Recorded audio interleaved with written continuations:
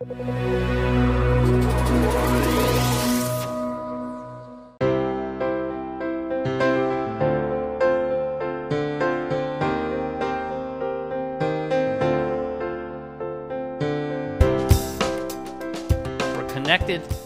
and mobile world today.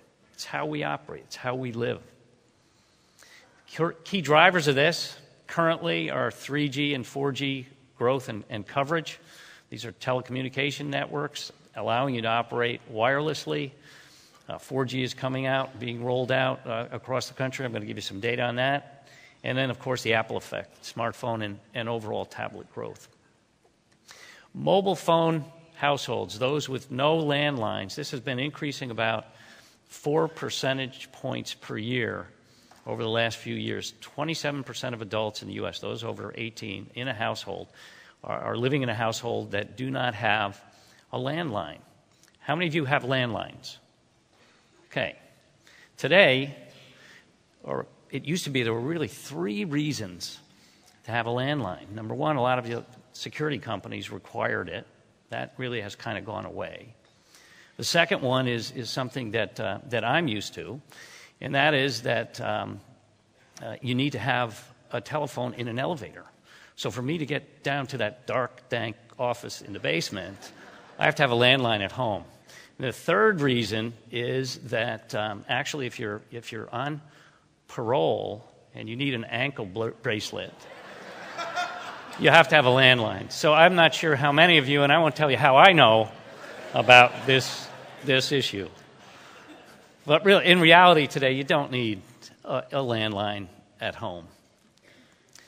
All right, today, 90% of the world's population has access to mobile networks. 90% of the world's population, those 7 billion people. In some instances, global connectivity is really ironic. 366 million people in India, this was a United Nations study in 2008, had access to improved sanitation. It's about 31% of the population. It hasn't moved too much higher since then, by the way. There are 545 million cell phones connected to a network in India today. 545. Number of cell phones per 100 people in India was 0.35 in 2001. 10 years later, it's 45. This is an explosion that's occurring. 4G networks.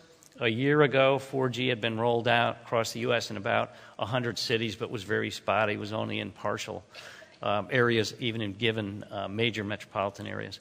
Today, it's in about 220 cities by at least one of the major carriers, Sprint, T-Mobile, Verizon, Metro PCS, or AT&T, rapidly growing. All right, the Apple effect, smartphone and tablet growth. Where's that been? As I mentioned, Cisco was a smart company. They just didn't see this happening this rapidly. This year, we're seeing a 56% growth year over year in worldwide smartphone sales. And 2 years ago, it was just 173 million. Dramatic increase. IDC, major research company, many of you I'm sure are familiar with, expects smartphone sales to rise to 982 million, almost a billion, by 2015. So you can do the math and you can determine how many smartphones will be out there in those 7 billion plus people in 2015. As of September of this year, AT&T, thanks frankly to the relationship with Apple, 53% of their customers were smartphone users. 53%. That's gone up 6 percentage points just in the last year. According to a Pew study, in May and a follow-up in July, 35% of U.S. adults had a smartphone as of May 2011. Population overall in the U.S., 82 million. We're saying goodbye in this new world to many things today. So as we think about it, and I'm sure you can come up with other examples as well, those GPS systems, standalone GPS systems, print, of any format. Maps, books, newspapers, MP3 players, digital cameras, alarm clocks, wristwatches, flashlights even, radios. Does anybody know an 18-year-old that has a wristwatch? Doesn't happen. It's a piece of jewelry today. That's about it. That's about how the high-end companies are going to survive. Standalone GPS systems, Garmin, TomTom. TomTom and Garmin were the high flyers between 2007 and 2009. These things were flying off the shelves everywhere, flying through Amazon. TomTom stock price reached a peak in 2007 of about 54 euros. Their stock price is about 3 euros today. They're having to reinvent themselves. This little thing called the smartphone changed their world. Talk about a business model changing. Kodak, your Kodak. And they went through two very rapid changes, didn't they? The film business, which is a major portion of the revenue, everything went to digital.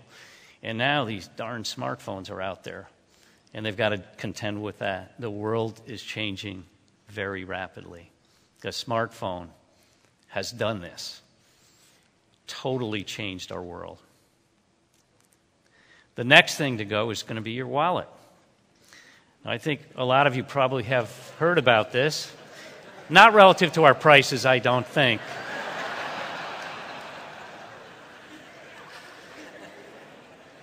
I guess I should have seen that one coming. But seriously, the next thing to go will be your wallet. Many of you probably are familiar with what's referred to as near-field communication. I think this is going to be the next super driver of mobile and smartphones, is where this technology is going. Probably you have heard of it. But what it is what the name implies. Near field means take your smartphone and it's near a device or a chip somewhere. Remember I mentioned transitional technologies. Well, QR codes, which we have, by the way, all over the place here. You see them in print everywhere. There are like 4 standards in that. That's temporary.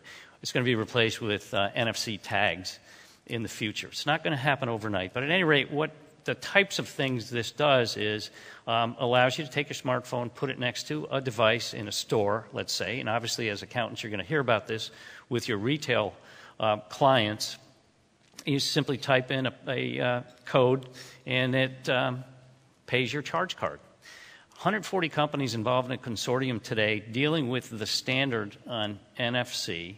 All the major players, Google, Microsoft, Apple's just starting to get into it, PayPal, American Express, MasterCharge, Visa, all the major banks are involved in this. And you're going to not have to be carrying around a wallet in the future.